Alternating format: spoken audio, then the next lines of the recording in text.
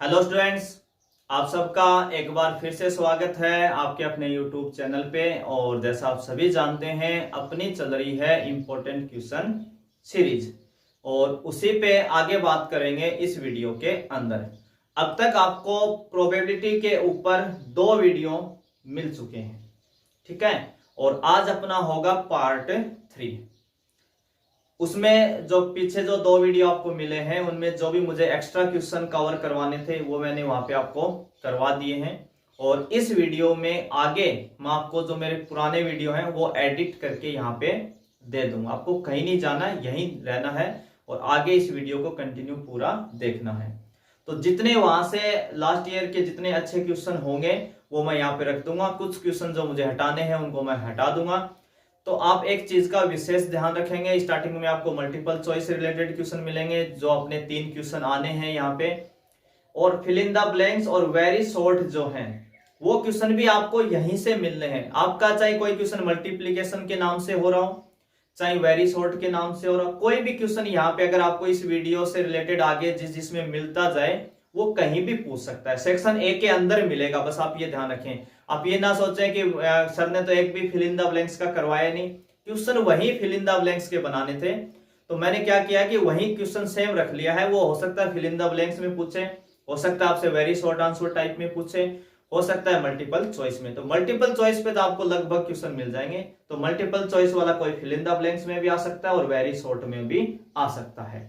तो वो आपको कंफ्यूज नहीं होना है, आपको बस ये क्वेश्चन जो मैं दे रहा हूं उनको रेडी करना है, ठीक है। ये आप विशेष ध्यान रखेंगे, जो क्वेश्चन आपको मिल रहे हैं उनको अच्छे से आप रेडी कर देंगे।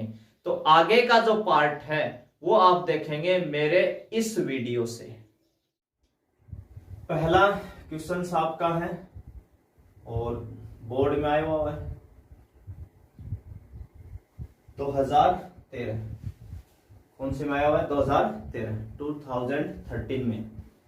क्वेश्चन आपका है, एक थैले में 4 लाल और 6 काली गेंद है। यानी कोई बैग है आपके पास एक, जिसमें से 4 लाल और 6 काली, यानी 4 तो क्या है रेड है और 6 है ब्लैक। एक अन्य थैले में एक अनदर बैग है जिसमें 3 रेड और 5 ब्लैक, यानी 3 लाल और 5 काली गेंद है। दोनों थैले में से किसी एक थैले को यादृच्छा चुना जाता है, यानी किसी भी एक बैग को सिलेक्ट किया जाता है। उसमें से गेंद निकाली जाती है। पहले बैग सेलेक्ट करते हैं, फिर उससे गेंद को ड्रॉन करते हैं और जो कि लाल है, यानी जो आप गेंद निकाल रहे हैं वो कैसी है? रेड है, लाल है।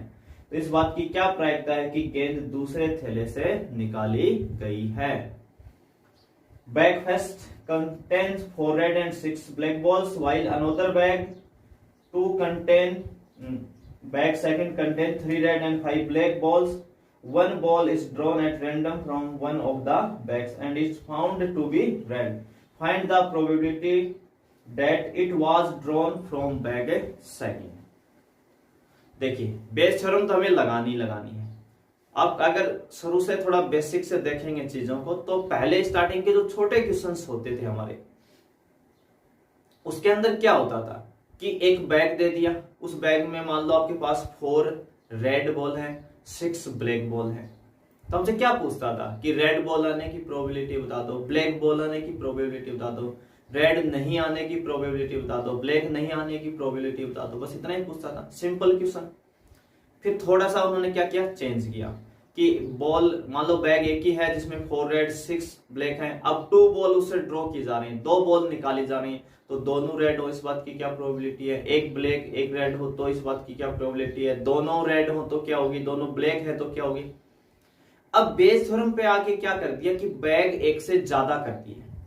एक बैग फर्स्ट बोल दिया, एक बैग सेकंड, कुछ इसमें रेड ब्लैक डाल दी, कुछ इसके अंदर रेड ब्लैक डाल दी। एक बैग को, दोनों में से किसी भी एक बैग को क्या किया गया? सिलेक्ट किया गया। उनसे कोई बॉल निकालेगी जो कि रेड है। तो प्रोबेबिलिटी किस बात की पूछ रहा है कि बैग से निकलने के, फर्स्ट बैग से निकलने के क्या चांस है या सेकंड बैग से निकलने के क्या चांस है।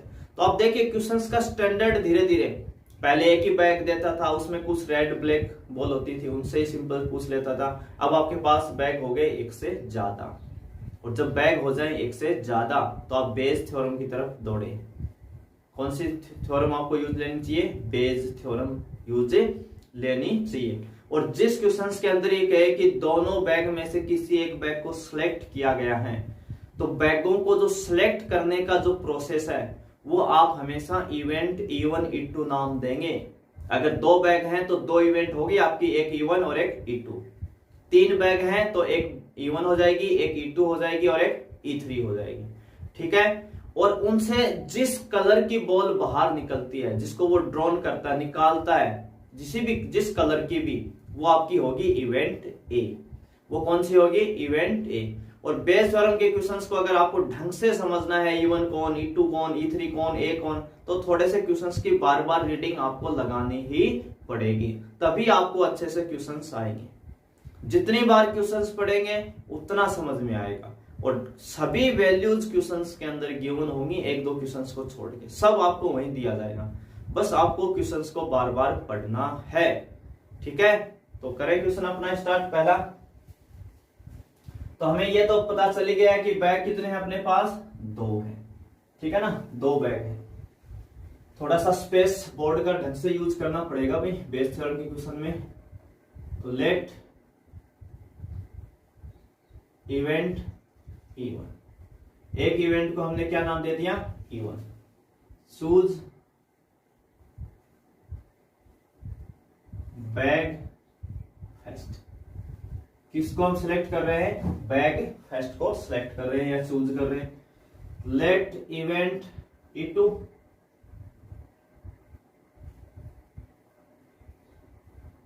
Choose bag second. और एक हमें क्या माननी है? Event A. यहां लिख सकते हैं हिंदी में प्रथम थैले को चुनना या थैले फर्स्ट को चुनना, थैले सेकंड को चुनना। इवेंट ए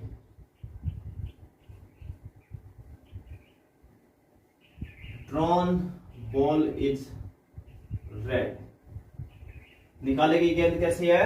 लाल है। ठीक है भाई, एक बार देख लेते हैं। रेड की बात कर रहा है, बिल्कुल रेड की ही बात कर रहा है।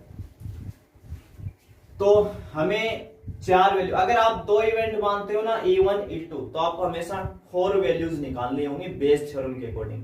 अगर कल को 3 इवेंट हुई E1 E2 E3, तो आप कितने निकालनी पड़ेंगी? 6।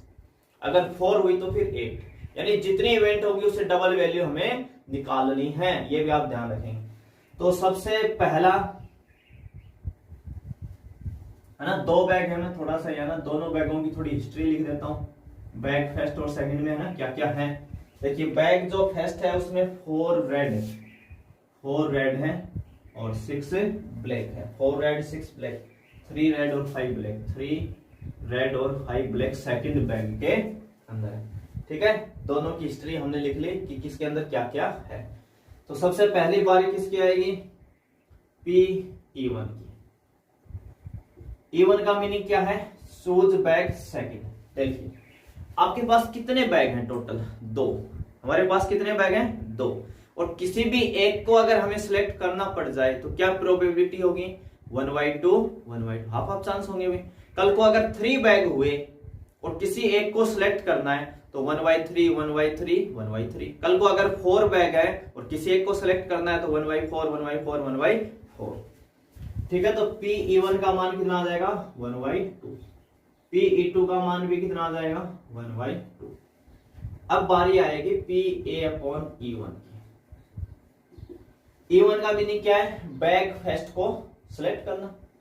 चलो ये रहा बैग फर्स्ट, कर लिया। अब इसको सिलेक्ट। ए का मतलब क्या है? ड्रॉन बॉल इज रेड, यानी बैग फर्स्ट से एक रेड बॉल निकालना। तो कितनी रेड है इसके अंदर? 4। तो 4 में से ही तो आएगी आपकी बॉल। अपॉन टोटल कितनी हो गई? 4 + 6 कितनी होगी? 10। बैग के अंदर टोटल 10 है तो 4/10, यानी 2/5 बोल सकते हो आप चाहो तो इसको।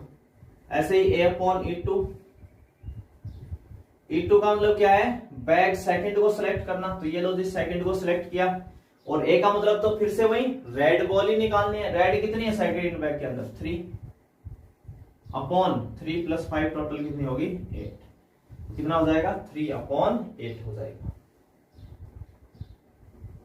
ठीक है, तो इसकी वैल्यू आ गई 3/8। ये बात समझ में आ गई होगी भाई। जो बैग हमारा फर्स्ट था उसके अंदर 4 रेड थी, टोटल 10 थी, तो 4/10, और जो बैक सेकंड था उसमें टोटल रेड कितनी थी, 3, रेड 3 थी, और टोटल 8, तो 3/8। तो अब हम क्या यूज करेंगे, बेज थ्योरम।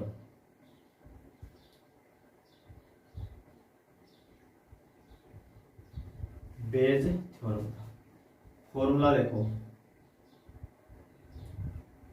E/A।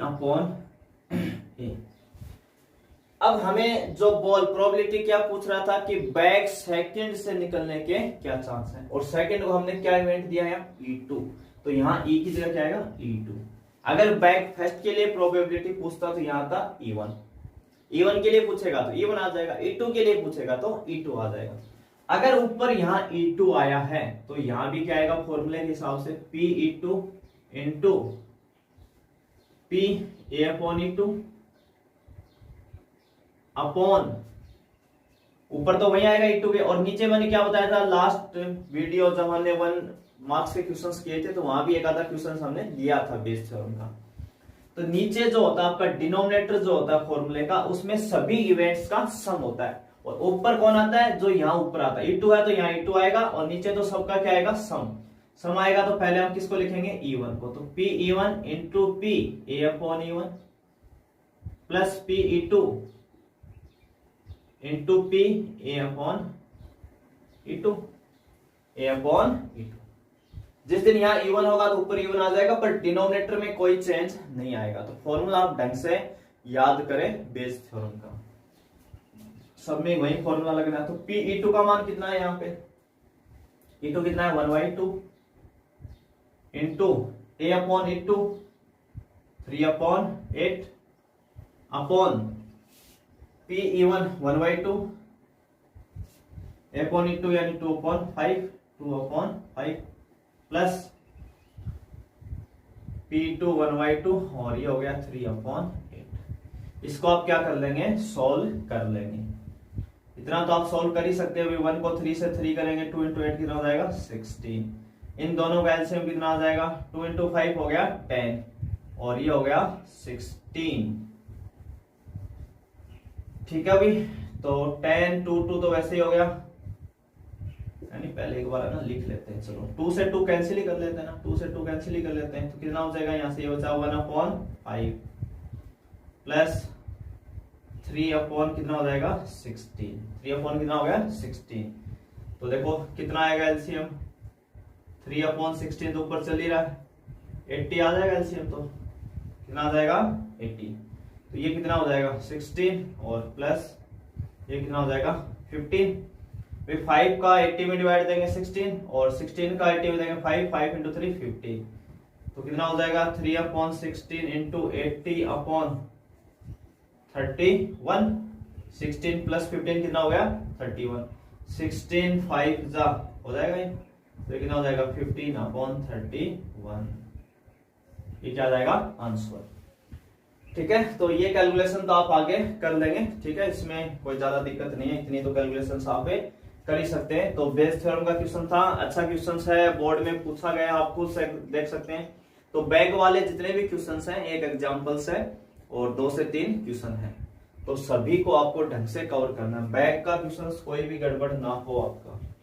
अगर सिंपल क्वेश्चन पूछेगा तो फिर बैक से ही पूछेगा, ये आप विशेष ध्यान रखेंगे। थोड़ा बहुत ठीक पूछेगा तो हम आगे क्वेश्चन लेंगे कि थोड़ा बहुत ठीक किधर से पूछता है। अब अगला जो क्वेश्चन है सेकंड का है ना, सेकंड का आप खुद देख सकते हैं। सेकंड का भी बोर्ड में आया हुआ है 2016 में, और सेम यही है ना, कोई खास चेंज तो है नहीं, भी खास चेंज नहीं है। आपको कह रहा है कि 2 थैले ए और बी है, नाम रख दिए। फर्स्ट बैग को थैला ए बोल दिया, बैग सेकंड को थैला बी बोल दिया, और कुछ भी नहीं है।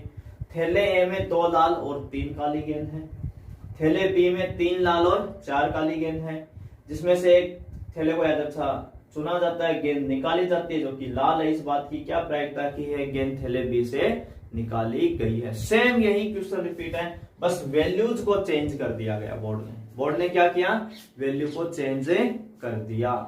तो एक ऐसा एक्सरसाइज में भी क्वेश्चन है और एक ऐसा आपका एग्जाम्पल भी है, तो उनसे आप मैच कराएंगे तो आपको मिल जाएंगे। तो वैल्यू चेंज करता रहे, हमें क्या फर्क पड़ता है, हमें तो बेसिक मेथड आना चाहिए। तो हम इसमें let event even choose bag A, है ना, इसने ए बी नाम दिए तो हम फर्स्ट सेकंड की जगह क्या रख देंगे, ए बी। थैले ए को चुनना, थैले बी को चुनना। Drawn ball is red, P1 1/2, P2 भी 1/2, क्योंकि दो थैले किसी भी एक को सिलेक्ट करने की प्रोबेबिलिटी क्या आएगी, 1/2 आपकी आएगी। ठीक है, तो बैग जो ए है उसके अंदर क्या क्या है थोड़ा सा उसका पता कर लेते हैं। बी बैग क्या लेके बैठा है उसको भी देख लेते हैं। बैग ए जो है उसके अंदर 2 रेड है और 3 ब्लैक है। और बैग जो सेकंड है आपका, बैग जो है सेकंड है उसमें 3 रेड और 4 ब्लैक है। 3 रेड और 4, 2 3 और 3 4। ठीक है भाई, ये है। चलो अब देखते हैं इवन का मतलब क्या है, चूज बैग ए, और ए का मतलब क्या है, ड्रॉन बॉल इज रेड, यानी बैग ए से रेड बॉल को निकालना। तो कितनी रेड है इसके अंदर, 2, और टोटल कितनी है 5, 2 + 3 होगी 5, तो 2/5 A/2, यानी बैग बी को सिलेक्ट करना, तो बैग बी ये राजी सिलेक्ट कर लो। उसमें ए का मतलब रेड बॉल को निकालना, तो रेड कितनी इसके अंदर 3, तो 3/3 + 4 कितना हो गया 7, तो ये हो जाएगा 3/7। आगे मान भी है ना, कोई चेंज करना ही नहीं पड़ा हमें ज्यादा कुछ।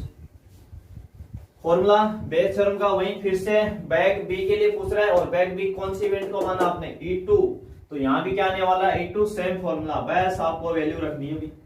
E2 कितना है 1/2, A/E2 3/7 अपॉन E1 1/2 और ये 2/5 प्लस 1/2 इंटू 3/7। इसको आप क्या कर देंगे सोल्व, 2 से 2 फिर वही कैंसिल हो रहा है, तो ये हो जाएगा 3/14 अपॉन 1/5 और 3/40, 3 कितना आ जाएगा 40। तो एलसीएम कितना आ जाएगा अभी इनका, है ना, एलसीएम इधर ही लिख देते हैं, एलसीएम आ जाएगा 17। ठीक है भाई, और 5 का 17 में डिवाइड करेंगे तो कितने टाइम जाएगा 14 को 1 से मल्टीप्लाई करेंगे तो 14 का 17 में 5, तो ये कितना हो जाएगा 15, तो 3/14 इंटू 17/14 प्लस 15 29 हो गया क्या, और ये कितनी बार कैंसिल हो रहा है इससे 5 टाइम्स, तो 15/29, तो ये आ जाएगा इसका आंसर। तो खुद आप देख सकते हैं बोर्ड ने 2013-16 दोनों के ही अंदर क्या पूछा है, बेस थ्योरम का क्वेश्चंस पूछा है, और उसमें भी आपको बैग वाले क्वेश्चंस ही पूछे हैं, सिंपल। ठीक है, इसी में हम अगला क्वेश्चन नंबर 3 लेते हैं, एक बार देखते हैं अपना क्वेश्चन नंबर 3 जो है वो किसके ऊपर है। और 3 जो है वो भी बोर्ड में आया हुआ अभी, है ना, थोड़ा सा अब तो चेंजिंग करना ही पड़ेगा।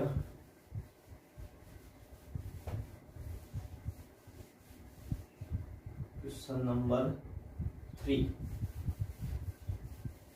अच्छा क्वेश्चन है, इस क्वेश्चन पे आपको नजर जरूर रखनी है, नहीं तो आप कोई माइनर मिस्टेक इसके अंदर कर देंगे, थोड़ा कंफ्यूज भी कर सकता है। एक बार आपको लगेगा कि है तो बैग वाला ही क्वेश्चन, पर थोड़ा हटके है मामला। चलिए देखते हैं क्वेश्चन नंबर 3, और बोर्ड 2018 यानी 2018 में आया हुआ है। क्वेश्चन में क्या कह रहा है कि थैले फेस्ट में 3 लाल और 4 काली गेंद है, 3 रेड है 4 ब्लैक है। एक थैला सेकंड है जिसमें 4 लाल 4 लाल और 5 काली यानी काली, 4 रेड और 5 ब्लैक गेंद है। एक गेंद को थैले फर्स्ट से थैले सेकंड में स्थानांतरित किया जाता है, ट्रांसफर किया जाता है, यानी बैक फर्स्ट से एक बॉल निकालेंगे और बैक सेकंड के अंदर रख देंगे, यानी ट्रांसफर कर रहे हैं। गेंद थैले सेकंड से निकाली जाती है, यानी जब आप फर्स्ट बैग से सेकंड बैग के अंदर एक बॉल डाल देंगे, देन उसके बाद सेकंड बैग से एक बॉल निकाली जाएगी। निकाली गई गेंद क्या है, रेड है। स्थानांतरित गेंद के काली होने की प्रायिकता ज्ञात कीजिए। फाइंड द प्रोबेबिलिटी कि व्हेन बॉल इज ट्रांसफर, कैसे ब्लैक बॉल ट्रांसफर होने की प्रोबेबिलिटी बता दो। इंग्लिश में भी देख लो, bag first contain 3 red and 4 black balls and bag second contain 4 red and 5 black balls.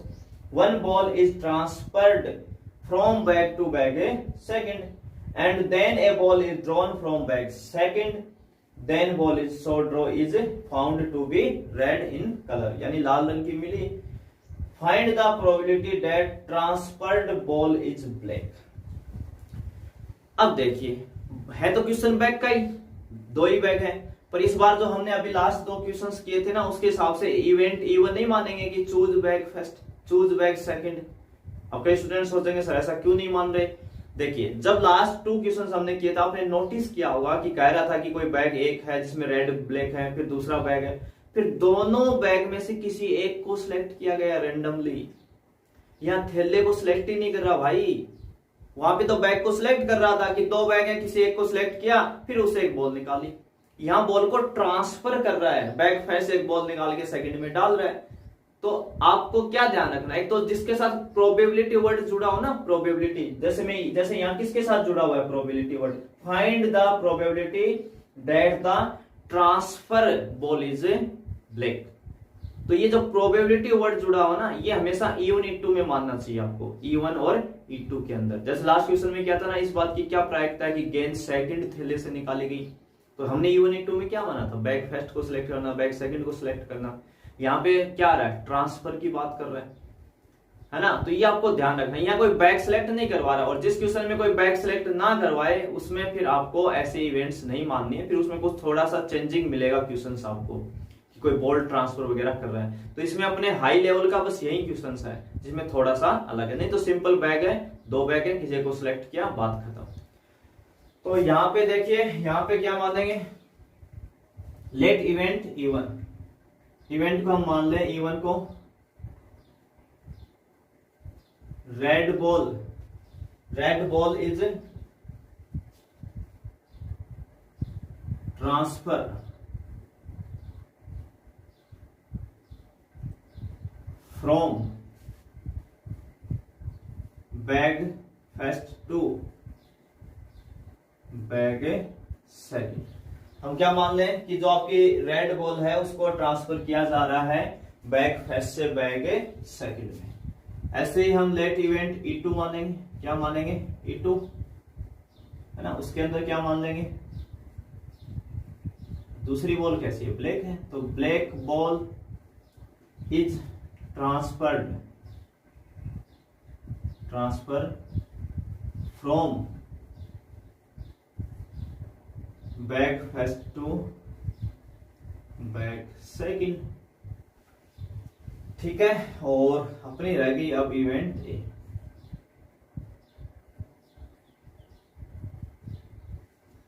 Drawn ball is red from bag second bag से रेड बॉल को निकालना, पहले ट्रांसफर होगी फिर रेड बॉल निकलेगी। तो जो 2 बैग हैं, थोड़ी सी उनकी हिस्ट्री भी लिख लेते हैं, बैग फर्स्ट और बैग सेकंड।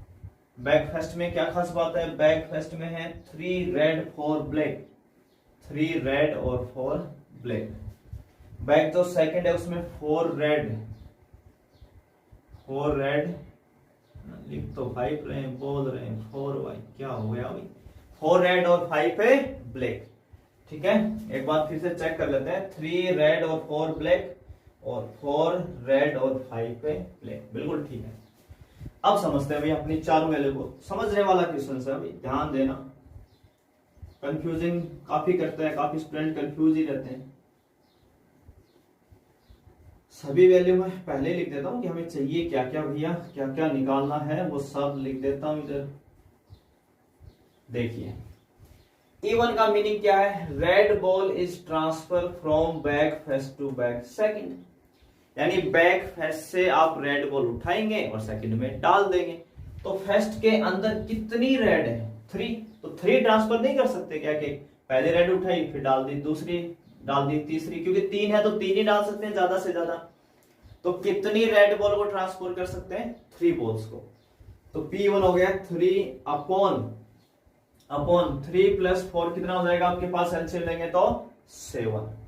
3 इंटू 4 कितना आ जाएगा यहाँ पे 7, तो 3/7 favourable case upon total outcome. तो टोटल बैकफेस्ट में कितनी बॉल है 7, और उसमें आप ट्रांसफर क्या कर रहे हो रेड बॉल, तो रेड बॉल ट्रांसफर होने के कितने चांस है 3, क्योंकि 3 रेड है आपके पास।